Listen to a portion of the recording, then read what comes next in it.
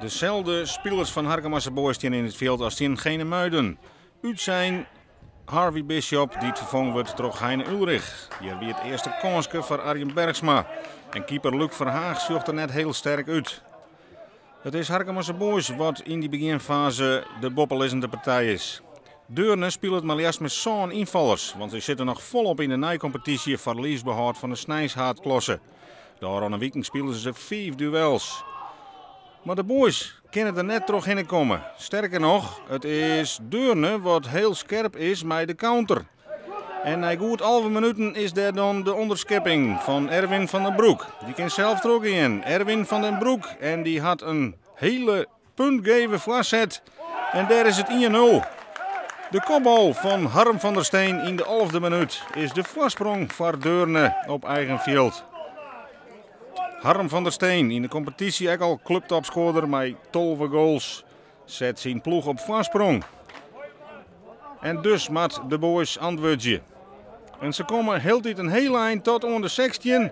Hier het schot van Klaas Kotanus. Maar heel tijd weer wordt die bal blokkeerd. En dan moet het trainingsduo ingrijpen. Age Heinz Boersma hier met de inzet is vanuit de achterste positie naar voren hellen om de spits te versterken. Maar ook hij kan het net vinden. En de counters blijven gevaarlijk. En hier is het Klaas Kotanus die het ingrijpen moet. En die krijgt dan direct reed. Klaas Kotanus maakt er al in de 64e minuut. Hij is te let voor dit duel, maar een rode kaart is wel heel zwier. En dus maakt Harkemasse Boys het laatste kwartier met 10 man verder. En daar is haast de beslissing, maar deze bal die roegelt dan op een lotte. En de boys libje nog. Het blijft maar 1-0. En zolang dat zo is, zit er nog een verlenging in. De lange bal en daar de hele grote kans voor Jordi van Wiek. Maar die weet de bal jonkende goal te krijgen. Dit weer de kans op de gelijkmaker. Nee, het zit de boys in deze wedstrijd absoluut net mee. En het hier nog volle slimmer worden kan.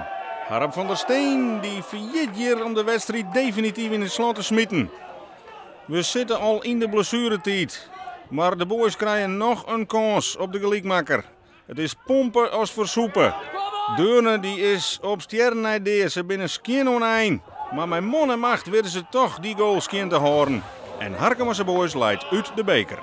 Ja, er waren te veel jongens net bij de les. En misschien wel iedereen, kan ik wel zeggen. Als eerst hoe wij in de passing in de eerste helft slap en onnauwkeurig af en toe wien. Op hele gevaarlijke momenten.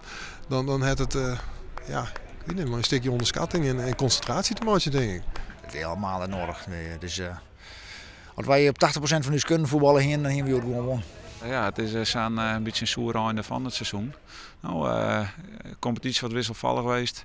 Dan pakt de Noordelijke beker. Nou ja, dan was het natuurlijk ik op een goede manier afsluiten. En dan net wel soer als er op zo'n manier uitgeest.